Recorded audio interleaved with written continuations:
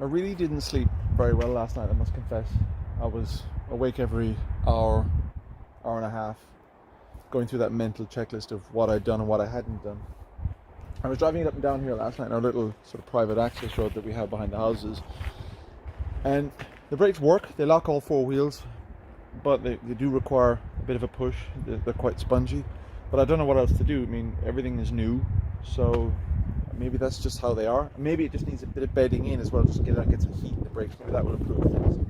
The handbrake as well also needs a bit of adjusting. I don't know whether I've got enough force dialed into it. So when I take my long way around to the MOT centre, fortunately it's quite hilly around here, so I'll get it out one of the steep hills and get that adjusted properly.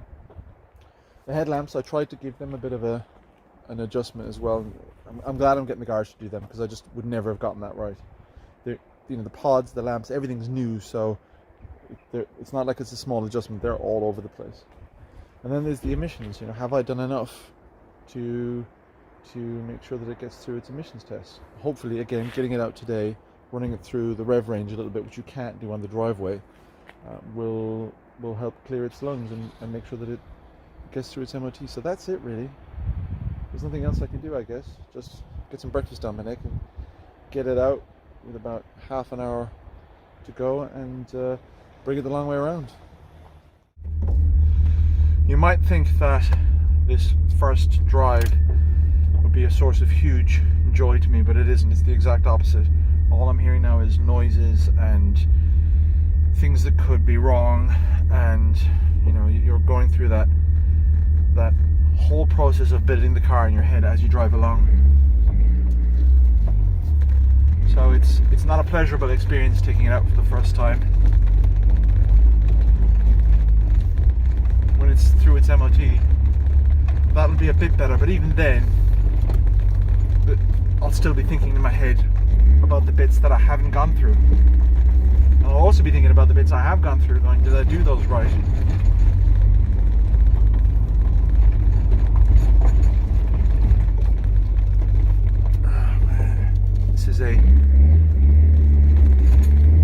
This is a nerve-wracking time. Gear change feels good, engine's running well.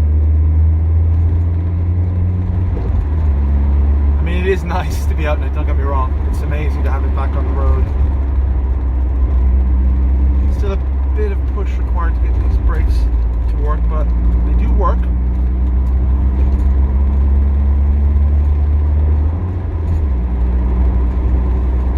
It's going to need a clutch at some point in the not too distant future. It's definitely what's it got, 71,000 on the clock, so probably due a clutch. But that's alright. That'll give me a chance to have a poke around the suspension, which feels baggy, if I'm honest. Well, that's it. We're out. We'll take it for a little spin, make sure it pulls all its fluids in, and then it's in the hands of the gods. Well, I'm here. The car is about as ready as it can be now, I think. It's 8 o'clock, it's on time. They don't appear to be terribly open yet. But I'll give them 5 minutes to get the kettle on, and then I'll run over and hand over the keys and just head home and wait. So I'm just off the phone with my local garage, and we have another fail. It's the handbrake. The brakes are okay this time. Service brake is low on the rear, but that's probably due to bedding in, and the handbrake hasn't passed the test. Again, I think it's down to bedding in. And the guy said to me, oh, it probably just needs using. Well, how do I use it if I don't have an MOT? And it's out on emissions again. It was 3.8 last time, now it's 3.95. So the emissions, he did say they have a new machine, so it might be that it's a little sparklier than the other machine that I got tested on, or it might be that whatever I've done to it has made it worse, but I doubt that. So he reckons there's a leak. There must be an air leak in it somewhere. So I'm going to leave it with them. The alignment is done, and they'll do the headlamps as well. So I'm just going to leave it with them, because there's no point me fiddling with it and buying bits for it and then still not knowing what the outcome of that will be. And you know, hopefully they've got a guy there who's pretty good, they reckon, so hopefully he can get it through its MOT next week. They're going to have a think about it over the weekend and talk to me next week. So it's still not on the road. The saga continues, but anyway, it'll be worth it in the end, I hope. So I'm out here in my shed, tidying up and licking my wounds and going over everything in my head. And as I'm doing that, I'm going through the conversation that I had with the guy in the garage. And he said a couple of things that I didn't process at the time, because, you know, the second you hear the word fail, you don't really hear anything after that. You sort of go into a state of mild shock. I don't mean to over dramatize things, but you know what I mean. You don't really hear anything after that. And he said two things to me. One thing he said was, well, the emissions are all over the place. Really? There's new fuel. I've put a fuel additive into it to clean the injection system through. I've adjusted the timing, and it was only just over previously. Why would it be all over the place? It didn't make it worse. You could actually smell that it wasn't running as rich.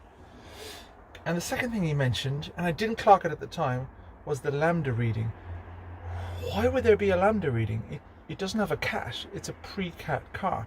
So that's got me thinking, have they put it through the wrong test?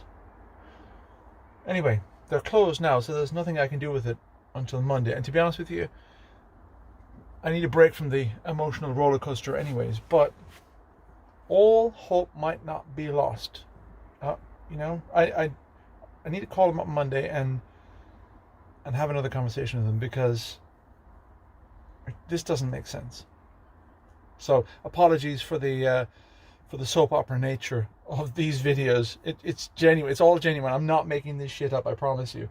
But yeah, I'm wondering, have they put the bloody car through a cat test when it should have been through a pre-cat test? Tune in Monday. Bum bum bum. I might have some news.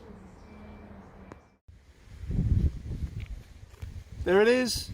It's off my driveway and out in the world where it belongs. And today of all days, my birthday. So what a gift. I mean, what a present. And I'm looking through the paperwork. It's driven 190 miles in the past 4 years. Well, let me tell you, I'm off work this week. We're going to fix that. That's going to be multiples of that in the next few days. And I'm looking at my emissions paperwork as well, and its CO reading is 1.77. That's under half of what it should be, of the 3.5 limit. So the reason it failed is it was put through the wrong test. Now all the other stuff still needed to be done. The brakes needed to be done, the headlamps needed to be adjusted, and the handbrake needed that final few turns to get it right where it is. But there it is, just a few small advisories, a small oil leak, bit of power steering crankiness, and then the bloody Waxall. I keep getting knocked for that. But other than that, there's nothing left to do now except just go drive it. And what a day! What a day! I can't believe it. I just can't believe it. Alright, I'll talk to you more about it later. I gotta go. Bye bye.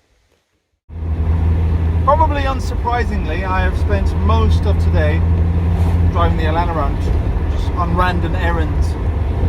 So much so I've actually gone through a tank of fuel, but given that it's producing a quarter of the hydrocarbons and half of the carbon monoxide that it's entitled to, I don't feel so bad about that. Now, as I'm driving around, I'm processing it sort of two ways. Firstly, from a mechanical point of view, or from a mechanic's point of view, and secondly, as somebody who's actually never driven an Elan before. So from a job to do point of view, I'm very happy with everything that's been done. It's all working well. I think the two big things that are going to be done soon are, it's going to need a clutch, I think, at some point. It's fine now, but it's done 71,000 miles, and you can tell the bite point is quite far off. And I'm also going to have to do something with this roof, because this keeps flopping down, and as soon as you get to speed and there's a bit of a vacuum above the windscreen, it pulls the roof canvas away from the support bar, and well, that's less than ideal. But as a thing to drive and be in, I really like it. I could do with a bit more legroom, but the seats are really comfortable. You know, the handling is there for a 30-year-old car. And when I got it first, when I started driving it yesterday, it was crashing and banging into bumps a little bit. All that is starting to soften up and feel better now. So it's really coming into its own. To drive, it's an old school engine that likes revs, but yet there's a turbo there. So when you wind it up, it will go, but it needs a bit of thrashing. but that's fine. It's nice and comfortable when you want it to be, and then it's a bit noisy when you want it to be as well. In fact, let's see if I can get it to 4,000 RPM. There it goes. Rapid. It's a quick car. Brakes are bedded in nicely, so I'm happy about that. Bit of wheel vibration once I get above 60 miles an hour, so obviously one of the wheels is out of balance, but overall, so far, I'm absolutely loving this thing. I'm at that wonderful stage of the renovation now where I can start thinking about my snag list. These are those small, fiddly little jobs that when my brain was focused on trying to get the engine to work or get the brakes to stop the car properly, I didn't have the capacity to be thinking about these little jobs. But now these little jobs are rising to the fore because, well, they're making their presence felt, so they need to be addressed. And one of them is my ashtray. Now, it's not because I've got a 40 a day habit, it's because when I accelerate, this falls out, hits the gear lever, and rattles around in the footwell, creating a bit of a dangerous distraction. So, quick and easy job. I use some old trim clips to create a retaining clip, and I've also put one through the dashboard itself and put a screw through it, so that is now sorted. Now this is less critical, but it's still annoying. This is the instrument trim, and it's only held in with 2 screws, and what happens is the rest of it sort of sits in this recess, and over time that fit has gotten a bit baggy. So again, my brain thought, well, why don't I put some fabric electrical tape around it? That will hopefully get the fit a bit snugger and also dampen any frictional squeaks between all the bits of plastic. So again, that seems to be working well. If it doesn't work, no biggie. It's 2 screws and 30 seconds to take it all apart and try something else. And the last job I've done today is this. Now, not open the boot, make the boot stay open. If you leave your keys in the boot and it closes, you're screwed. There's no other way of getting into the boot, and this wouldn't keep itself up previously because the torsion bars had gotten a bit tired. So what I've done is, it's a bit of a Connor bodge, but I've stuck a lug nut in here just to create a bit more torsion to keep the boot up. It's a small but simple job, but it means I didn't have to hack the car to pieces, and it's another step closer to being finished. A bit of a windy snag list update for you today. I'm really happy with how the brakes are bedding in. There's good feel coming up through the pedal, but I noticed as I put it in reverse and I step on the brakes, there's an audible clunk and a knock up through the pedal. And the reason for it is my brake calipers are not as secure as they should be. Now, I was very careful and meticulous about how I took them apart and put them back together, so I know I forgot nothing. So I've done a bit of experimentation, and I put these little split washers in through the bolts that hold the calipers to the hub, and sure enough, on this side it's now perfect. So I'm looking forward to doing the passenger side and seeing if that has solved that problem. I think it has. Another problem I think I've solved is my squeaky belts. Now, they were fine when I put them on at first, but as I've used the car, they've started to make a lot of noise. But fortunately, my friend Paul, a few doors down, he's a trained technician with Honda, he diagnosed it in about 5 seconds, came out with a can of silicone spray, squirted the belt he thought was causing the noise, and sure enough it was gone. So he just said, tighten that belt up, you should be fine. So again, looking forward to getting the car out and seeing if that problem is solved. One thing I won't be fixing today is this. This is my upper wishbone, and as you can see, the bush looks a bit knackered there. So I think they'll need to be replaced at some stage. You know, I've been hearing since I bought the car about how good the handling in this is, and I haven't been feeling it yet. And I think the suspension might be partly to blame, but I think a lot of the blame lies with these. These are the original tyres that came with the car. They were put on it before I bought it, and they're rubbish. I have no confidence on it. I can't lean on the car at all. So before I go spending a fortune replacing all these suspension components, I think the very first thing I need to do is get a proper set of tyres on that and then establish a bit of a baseline. Above all else, those tyres, they're not even safe. I have no confidence in the wet at all. So yeah, that's what I'm going to do this afternoon. Get some new rubber for this thing. It's amazing how cars can mess with your head. Today's the first day in a little while that I've had to tinker around under the bonnet by adjusting the power steering pump belt. And then I go on my first drive afterwards and I get an engine warning light and it goes into limp mode, so it won't allow me to rev above 4,000 RPM. It hits the limiter quite unpleasantly. So naturally I'm thinking, what have I done under the bonnet? Well, fortunately I have my Elan scan tool and I'm able to plug into the car's ECU, and from what I can tell, this is the fault. MAT low, and I think MAT is the mass airflow temperature sensor, which sits on top of the air intake manifold. So it's not a terribly expensive piece, and they are available, so if that's the fault, then I'll have to replace that to get the car running right again. And also another frustration is my brake situation still isn't resolved. Now I'm glad that I took the brakes apart again and bolted them onto the hub properly, because I wasn't happy with how they were sitting, but it still clunks when I brake going backwards. So I think what's happening is the suspension is twisting and it's clunking against the bolts that are holding it on. So I'm going to have to accelerate my purchase of suspension bushes for the top wishbones, but at least it's not squeaking anymore, so I've solved the squeaky belt problem. But you know what, that's old cars. This car has been sat for a long time, and now that I'm using it quite regularly, things are going to start going wrong with it. But hopefully I'll get through them one by one, and in the end I'll have a healthy and happy car. Huge relief, it was just a loose connection. This little guy had worked his way loose and was flapping around in the half in, half out position, which is why the light was going on and off.